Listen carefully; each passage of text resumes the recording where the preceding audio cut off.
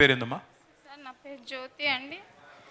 ఆ రోజు పెత్తరమాస రోజు పొద్దున్నే అసలు తెల్లారలేదు. 4 గంటలకల్లా వచ్చేసి మా ఇండ్లన్నీ కూలగొట్టేశారు. పిల్లలకి ఎగ్జామ్స్ ఉన్నాయి.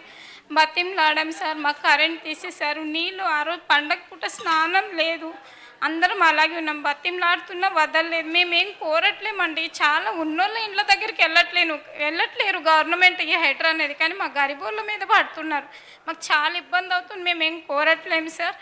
మేము అడుగుతున్నాం, మేము ఎక్కడైతే ఉంటున్నామో మా జాగాలు మాకే కావాలి. మేము ఇది కోరుతున్నాం సార్. ఆ రోజు పిల్లలకి ఎగ్జామ్స్, మేము చాలా అంటే చాలా ఇబ్బంది పడుతున్నాం సార్.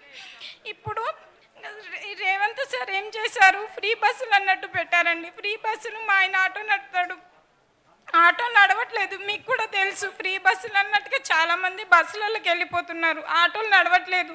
నేను మా ఆయన కూలి పని చేసుకుంటున్నాం. కూలి పని చేసి ఆ ఇండ్లు మావి కూలగొట్టినప్పటి నుంచి మేము రెంట్కి వెళ్ళిపోయాం సార్.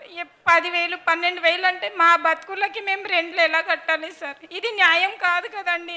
మేము ఎలాగైనా గవర్నమెంట్ను కోరేది, మేము ఎక్కడైతే ఉంటున్నామో మా స్థలాలు మాకే కావాలి సార్. దయచేసి నువ్వు ఏడోకి బిడ్డ. అమ్మమ్మ ఏడోకు. అమ్మ వద్దు అన్న వద్దు లేవు అట్లా చేయి ప్లీజ్ నువ్వు పిల్లలు ఏడుస్తారు, నువ్వు ఏడవకు. కాదు, పిల్లలు ఏడుస్తారు, మీరు ఏడవకండి. పిల్లలు ఏడుస్తారు. మీరు ఫస్ట్ భోజనం చేయండి సార్. ఒక్క నిమిషం రండి, భోజనం చేయండి. భోజనం చేసి కూర్చోండి. మీకు లాయర్లు నేను ఇస్తాను, కొట్లాడదాం, గట్టి కొట్లాడదాం. ఇప్పిస్తా తల్లి, ఇప్పిస్తా. అదే చెప్తాను, ఇప్పిస్తా బిడ్డ, ఇప్పిస్తాను. కాదు బిడ్డ, నేను ఇప్పిస్తా. సడన్ గా పాప పడుకోనుంది, మీరు కావాలంటే అయ్యో రోజు పాపకి హార్ట్ 5% హోల్ ఉంది. పాప నేను చేపిస్తా, నువ్వు రంది పెట్టుకోకు, నేను చేపిస్తా. జాగాలు మాకే కావాలి. నీ పాపకు కూడా మంచిగా చేపిస్తా, నీ ఇల్లు ఇప్పిస్తా, నువ్వు టెన్షన్ పడకు.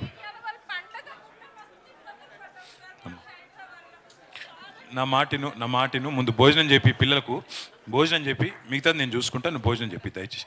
మనం ఒక్క నిమిషం రండి.